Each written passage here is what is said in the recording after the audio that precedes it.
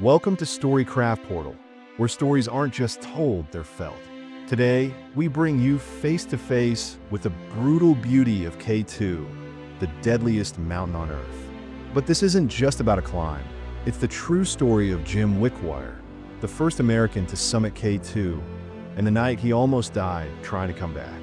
At 27,000 feet, utterly alone, with no tent, no oxygen, and only a sleeping bag to shield him from the freezing winds, Jim faced what few humans have ever lived to speak of: a long, terrifying night between life and death.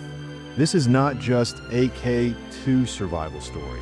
It's a battle of will, endurance, and a raw, unfiltered glimpse into human fragility at the edge of the world.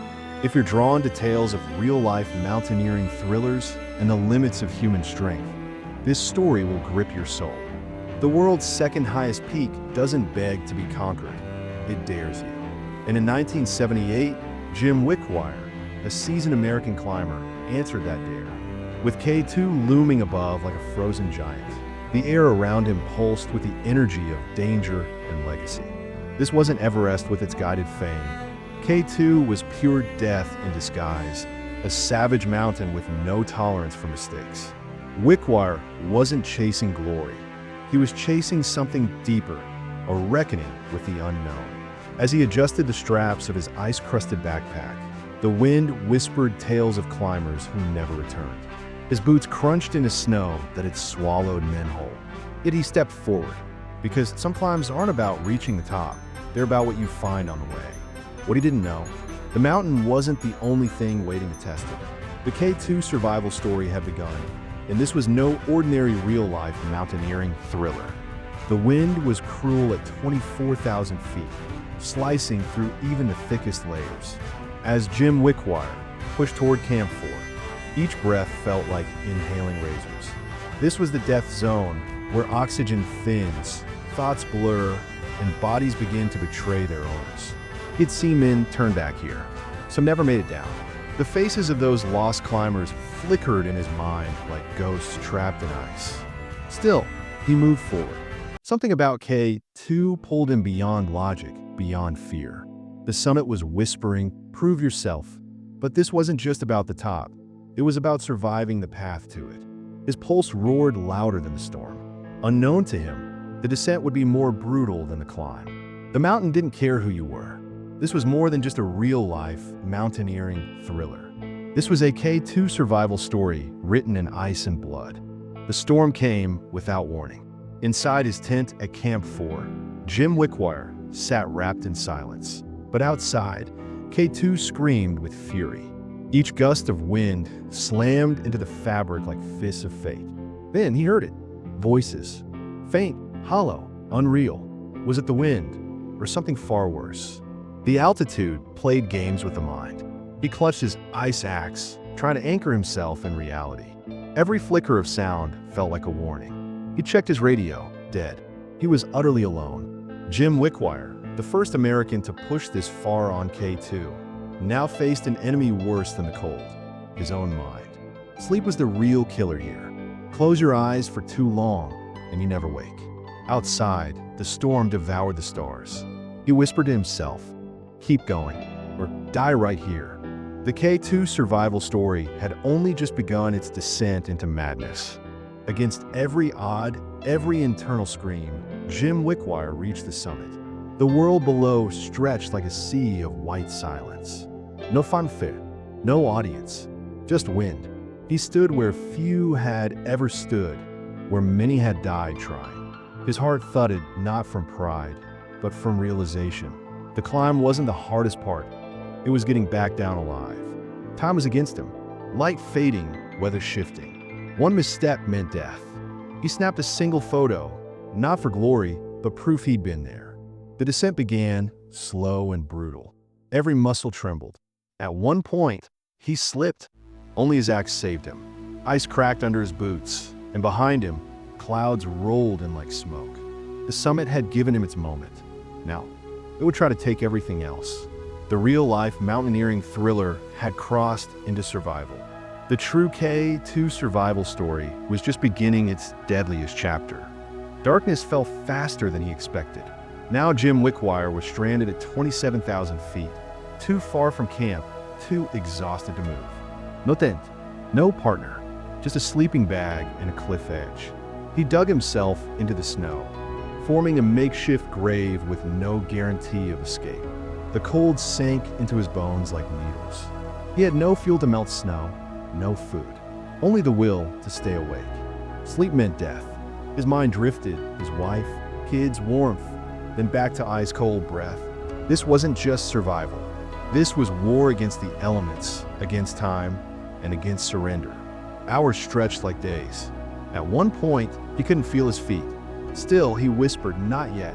The mountain wanted silence. He answered with breath. This was the beating heart of a K2 survival story, and the soul of every real-life mountaineering thriller ever told. Morning didn't rise. It clawed its way through the storm like a dying flame. Jim Wickwire opened his eyes to a world unchanged, frozen, lifeless, and silent. He had survived the night, barely. His fingers were stiff, his feet unresponsive. He tried to stand but stumbled. His legs weren't numb. They were disappearing. Frostbite had begun its cruel theft. The descent couldn't wait.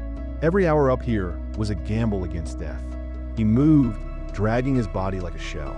The snow was a blank canvas, stained with blood and sweat. There was no path, only instinct, and a whisper of K2 in the wind. "You are not done suffering." Jim didn't answer.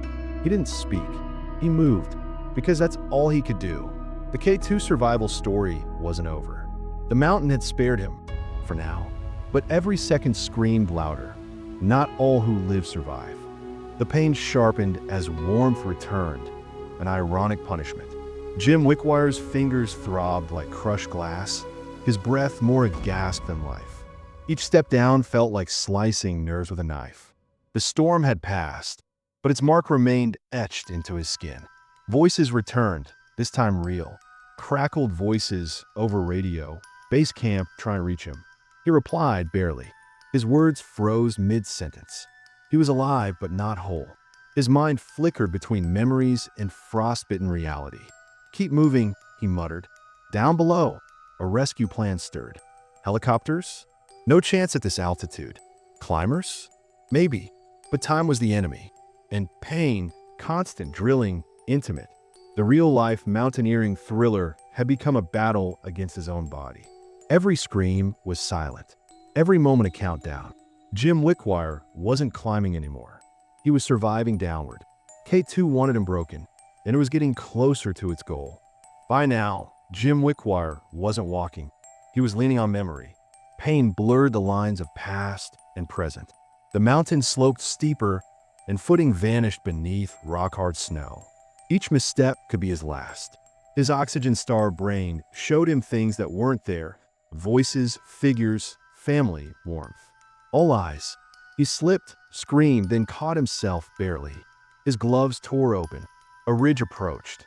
One wrong angle meant a fall into eternity. He stared down the drop, eyes hollow. His soul didn't want to die, but his body no longer cared. Was this how it ended? One fall, no sound, just silence. But then, a rope, left behind by another climber. He gripped it like a lifeline, unsure if it would hold. He had nothing left but hope. The K2 survival story had him hanging, literally, on the thin edge between life and legend. And the mountain wasn't done yet.